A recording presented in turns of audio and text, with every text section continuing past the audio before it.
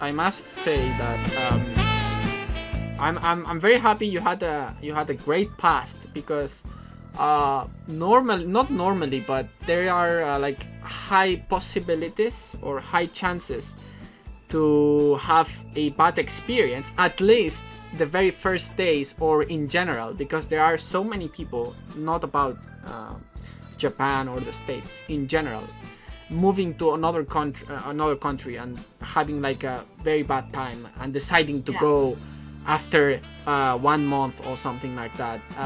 So I personally think that the way you are and with the mentality I can see you went to the US is the best way to adapt to the culture.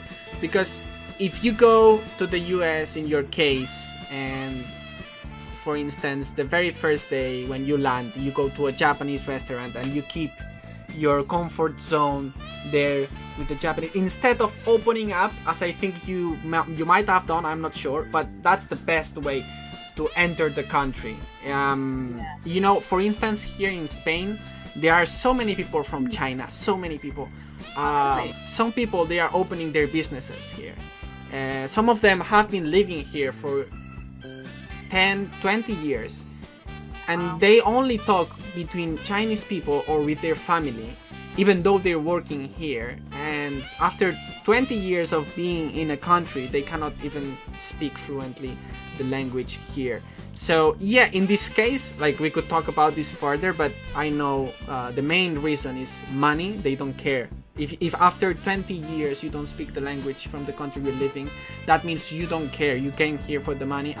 I perfectly understand that. Everyone is free to do to start a business or something, but the best way to open up is, I think, is the way you did. And I hope people get inspired if they see this video, that instead of like being shy to the country, sometimes it's hard, I know it's hard, but if you hug the country, you know, instead of seeing the negative aspects or just complaining about the small things and, oh, in my country this is not like this, in my country this was better, if you keep doing like that, you're gonna go back to your country very soon, very soon. So, and then the language issue definitely helped me a lot. Definitely the accent of the pronunciation, you know, that really matters in my opinion. yeah. Like, if you have a really good skills of English and if you sound well, people actually kind of, without knowing, you get like a respect from like you get the fair treatment. But if you speak with I agree. super heavy accents, then I agree. I had experiences like this when my English wasn't that good. When they notice, at least through my experience, like personal opinion. I remember my first time abroad was when I was 16. I went to the UK. I was there and I had the chance to talk to some people, some native speakers, and they noticed my accent. Imagine a very cute dog. You pat it like, oh, you're very nice. Yes, of course, yes, like this all the time. You know, so I was feeling like this. I was like, come on, you know, come on, like. I totally understand. Like, honey, what's wrong with you? Like, look, I'm not a kid anymore, but they talk like I'm a kid. Yeah. And then it's really funny. I really always emphasize the power of having good English skills and the good pronunciation. Yeah. Because that really, probably everybody does in their own country. It's not with the, bad, intention or anything.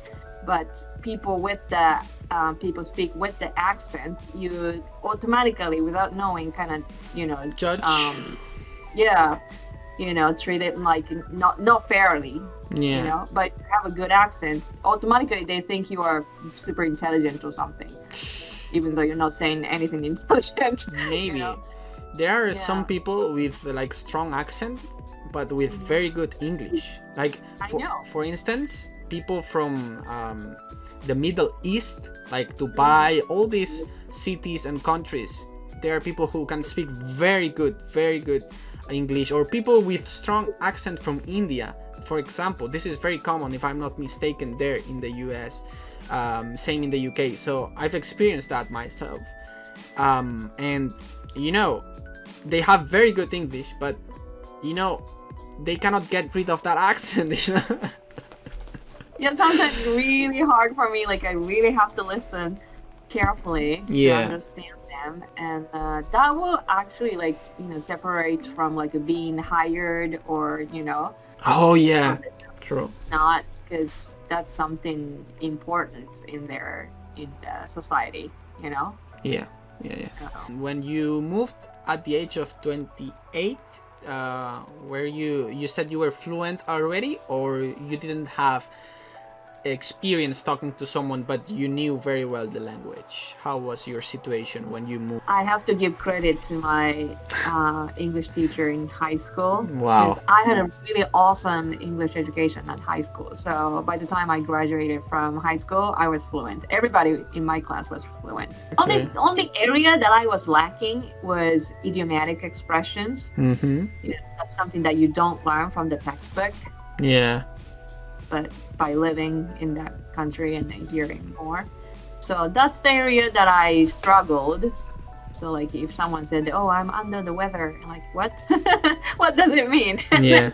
That's when you learn the language, you also learn the culture. But when you finally visit that country, or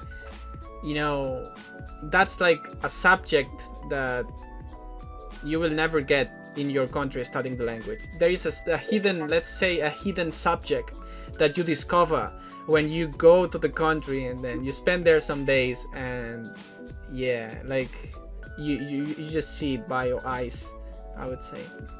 Yeah, I totally agree 100%. Yeah. There's things that you have to be in that country. Yeah, you have to be there to see and to know. Yeah. Right. Right. So you mentioned you are still a teacher. You've been teaching for how many years already?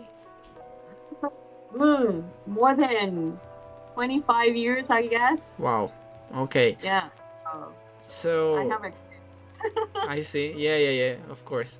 I'm just curious to know any questions that your students may have asked at some point, like some interest any student had about some specific thing, like do people do this in Japan, these questions sometimes, when you're studying a language, you can like think deeply and say, okay, I'm very curious about this. And you are Japanese, native Japanese, so was there any like interesting question or any funny question or something funny that happened, any anecdote that happened in any lesson, culturally speaking, or just something fun that happened at some point?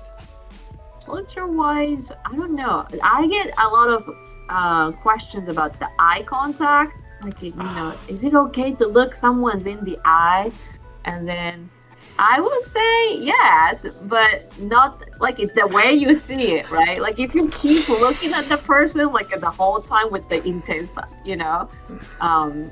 eye, then probably people get kind of freaked out. Like, what? Mm-hmm. Yeah.